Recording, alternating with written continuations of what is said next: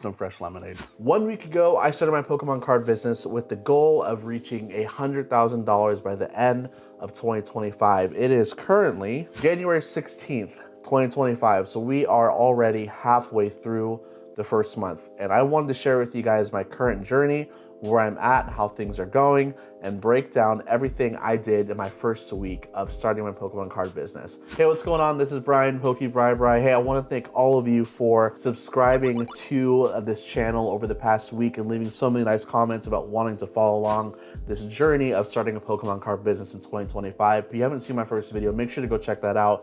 I kind of give a breakdown of who I am, my ambitions, my background, and why I wanted to start doing this. So that can give you a good idea of getting to know me a little bit more. I tell some stories. For this week, I really want to get more down to the business stuff and kind of talk about some just takeaways, some of my next moves I want to do, and just how my first week went overall. So let's break it down. So basically, I pretty much did all of my selling on eBay. My sales for the first week, you can see here, a total of $539. Now, some takeaways with that. I posted stuff on TikTok, I posted stuff on Marketplace, and a lot of people did reach out and ask, but honestly, the only platforms where I really actually sold anything was eBay. Now, here's a takeaway I have from that. I feel like in my first week, I could have sold probably double, but again, I work full time. I also own my media agency on the side. So honestly, some nights it was just like I work all day after my commute of, that would be 10, 12 hours, hang out with my wife, make dinner, spend some quality time with her, then hit my other side hustle. And usually I'm not hitting this side hustle until like 8 or 9 p.m. and I'm doing it for like maybe 2 or 3 hours. And literally I'm just like jumping in bed, getting sales done, posting new cards up, packing orders, all that stuff. And so I feel like I could have probably doubled down on everything that I posted on eBay. I really just posted everything I knew that would move quickly. And I didn't really want to waste too much time like putting all of the dollar EXs up there. Again, I could have and probably could have made sales, but knowing where I was at in terms of time, honestly, time was my worst enemy with this past week. But I feel like with what I was able to sell, I feel pretty good about it. So with that, there's still a bunch of cards up there. Go check me out at PokeBri on eBay. I had a bunch of cards already delivered, so I'm already getting great feedback from buyers, which is great because on my eBay page, I really have only bought, I haven't sold very much. So it's great to be able to start building that reputation that I am a legitimate seller. Because eventually, again, with the fees, even though that's $539 sold, you can see here that my payout is not going to be very good. My payout is going to be more around like $360. That's pretty rough. With that, I feel like I do really want to get the website up and going and get everything there, because a 12% fee from eBay is like, or 13%, whatever it is, that's pretty rough. So I'd rather take the 3% from a website like Squarespace or Wix. So that's what's happening on eBay. One area where I feel like I could be doubling down on with singles that are hot with competitors. And so I actually have quite a bit of experience in the competitive space of Pokemon. I played quite a bit back in the day. I follow the latest meta and all that stuff, so it's helpful to know exactly what those players are looking for. Like, they love those freaking Night Stretchers from Shrouded Fable right now, Ultra Balls, Nest Balls, all those things. So I could have probably posted like Quadrant is a 4 on there, made like $5 or $10. A lot of those players like to bling out their sets. And so again, I could have done a lot of those things to make more money on eBay, but again, time was my enemy. It's kind of where I'm at for the first week in terms of overall sales. So next, in terms of starting a Pokemon card business, there's gonna be expenses. And so luckily for me, I have bought a lot of my shipping supplies. Like, I've had a lot of it already. I had like team bags, top loaders, penny sleeves, bubble what do you call those bubble envelopes, mailer stuff. So I had a lot of that, so I didn't really have much of that upfront cost. So the very first thing that I made a purchase on for the Pokemon card business is actually a thermal printer. I have a regular printer that I was actually using to pack up all my orders with, but honestly, again, time is my enemy. Me sitting there cutting everything up, taping everything was just a waste of my time, where I could literally just print it out and put it on the mailer and ship it out. And so that saved me so much time for me just to come in, pack up the order, and have it pretty much done in about 5 minutes or less. And so again, it's not the sexiest thing to buy, but it's an expense that I feel like because time is against me, I want to purchase something that I feel like would be efficient for me to be able to churn out more singles if I need to. The next things I'm trying to do is I'm trying to figure out what are things I just want to be able to, I want to be able to have short term, I want to be able to have some long-term stuff that would be sealed products. The first purchase I made, which is probably for most of you think it's gonna be stupid. In my house, nothing stays sealed. So I bought my first sealed product. Probably not the best thing. I probably could have gotten like an older set from Sword and Shield, but I got Shrouded Fable. I know Shrouded Fable, people hate the set, there's literally no pulls in it, but I'm like, you know what, so maybe I can sit on that for a year or a few months, we'll see what happens. I'm not going to turn around and sell this for 60 bucks, 70 bucks. I picked this up for 50 bucks at my local Pokemon Center kiosk inside of my Safeway. So I'm not one of those guys. I just want to be able to see if I can sit on stuff and not open it. So again, it's just fun for me and it's my money, so I can do whatever the heck I want with it. So next one I'm going to cover is that once the eBay funds pay out, my goal is to start looking at buying out some collections on Facebook Marketplace. The reason is because I have a good friend and his name's Cameron.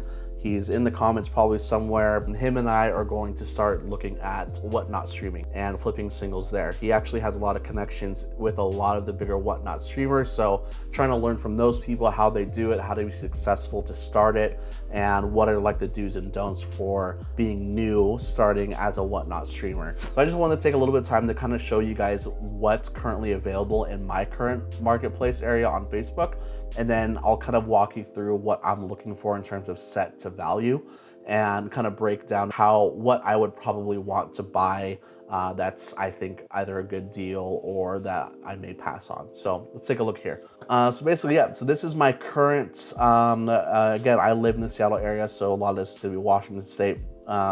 But I'm gonna look through here and see, like, I'll just click on a few and kind of decide like, oh, is this something I'd probably reach out on? Some of these, like the $2,000 one, I see a lot of good collections sitting around $2,000. That's out of my budget right now. I only have like $350 to $500. But I'm gonna look at them anyways to kind of determine, hey, this is a good collection to buy. So let's click on this first one. Looks like, okay, so it looks like we have a video here. Let's go back to that first part. So we have a lot of evolutions. I hear a lot of people love the evolutions in those Whatnot streams. So right off the bat, really good stuff. Full art trainers, people love that stuff.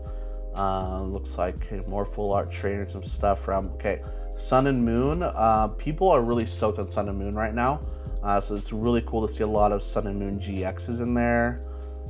That's cool. Some XY era stuff, very cool. And of course, everyone's gonna be looking for a lot of the popular ones, like the evolutions, Charizards, of course, Pikachus, anything like that. And so I'm looking through here, and I think as long as these are all like pretty near mint, they'll go a long way. Mewtwo, people love Mewtwo's.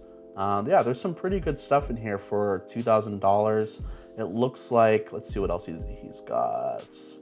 Okay, some XY break stuff, some more XY era. Those Darkrai, just like, I love Darkrai. Darkrai is one of my top favorite Pokemons. Okay, cool. Some Prisms. Okay.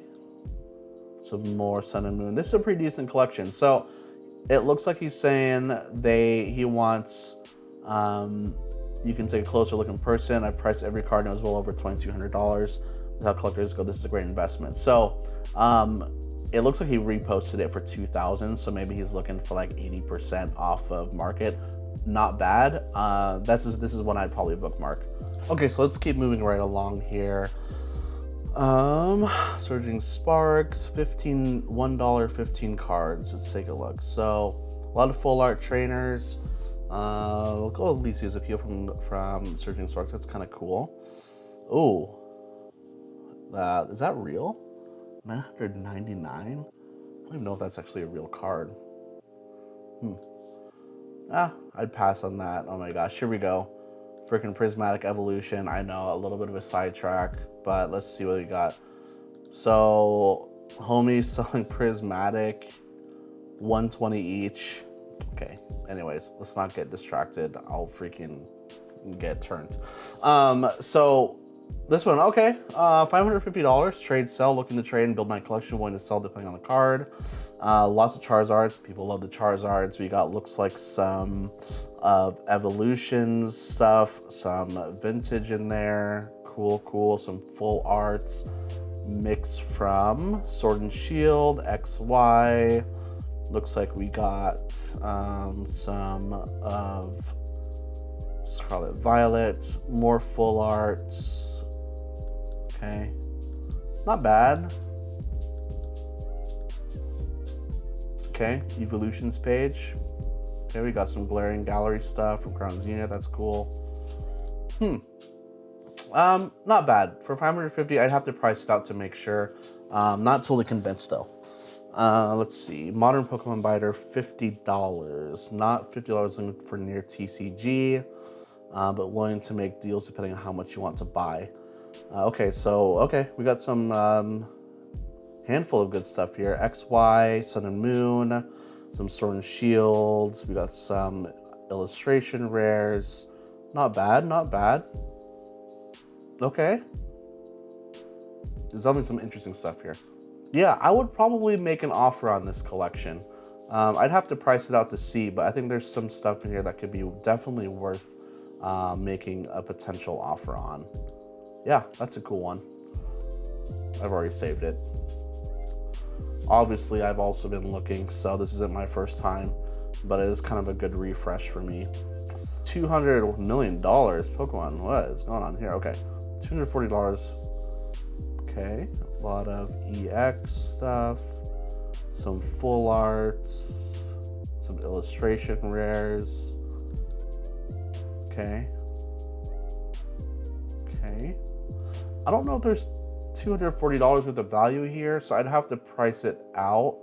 But I'd definitely make an offer on this. This is kind of like mid-tier for me. I don't know if I would probably want to go for this one. Let's take a look at a few more. Okay, a lot of Sun and Moon, some shinies. Okay, some illustration rares, trainer galleries from Sword and Shield. This isn't too bad. Kind of depends on what he's looking for. Yeah, there's not too bad stuff in there. Well, here we go. Okay, another sidetrack. Blooming Waters. Oh my gosh, everything's freaking, the world's blowing up for freaking Blooming Waters right now. It's kind of crazy. I'm gonna take a look at a couple more. $1,800. Again, out of my price range. I like to see what's in that price range for $1,800. Evolutions. Okay, that's pretty decent stuff there. Pretty decent stuff. Oh, okay, sick. Some Sun and Moon. Okay, a little bit of mix of everything. You got SIR from Scarlet Violet base. Cool. More Sun and Moon. Not bad. I'd have to see if this is $1,800 worth of value. I don't know if I'm seeing it in here, to be honest. But yeah, I don't know if there's 1,800. Like, even in these here, I don't think that these are gonna be that crazy. So I'd probably price those out and set them an offer. Let's look at one more. Let's see, let's try and find a really good one. $425, old Pokemon collection. Okay, we got some Mews. Okay, some full arts from Scarlet Violet, a handful of Pikachus. Okay, some Venusaurs, a little bit of 151. Okay. This seems pretty decent. Okay, some illustration rares. Oh yeah, some 151. See that squirrel up there? I think I saw an SIR in there. This might be, okay, I would probably make an offer on this. Oh, freaking Giovanni's Riz. Giovanni's Riz is up in here. Frick.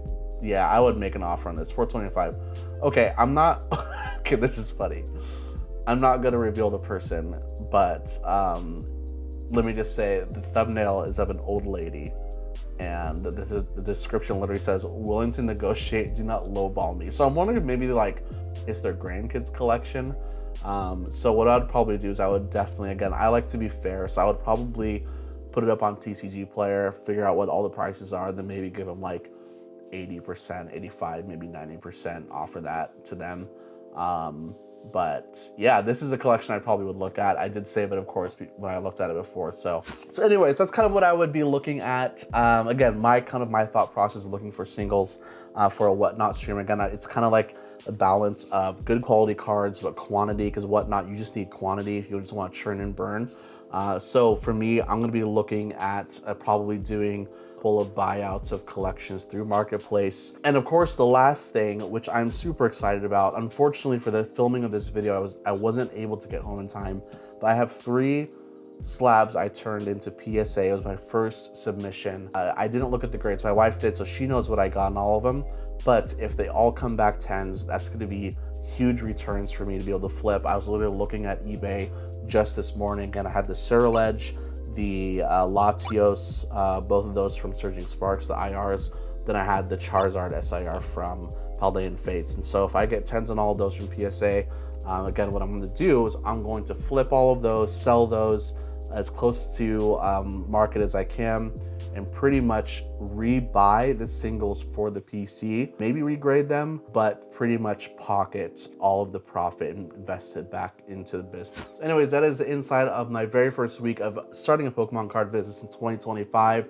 There's so many cool things I have on the horizon for you guys, especially for someone who's wanting to start a Pokemon card business. Join the community. We're all here to see what the journey looks like. So make sure you subscribe so you don't miss out on what's happening. Again, thank you guys so much. Can't wait to see you guys in the next one.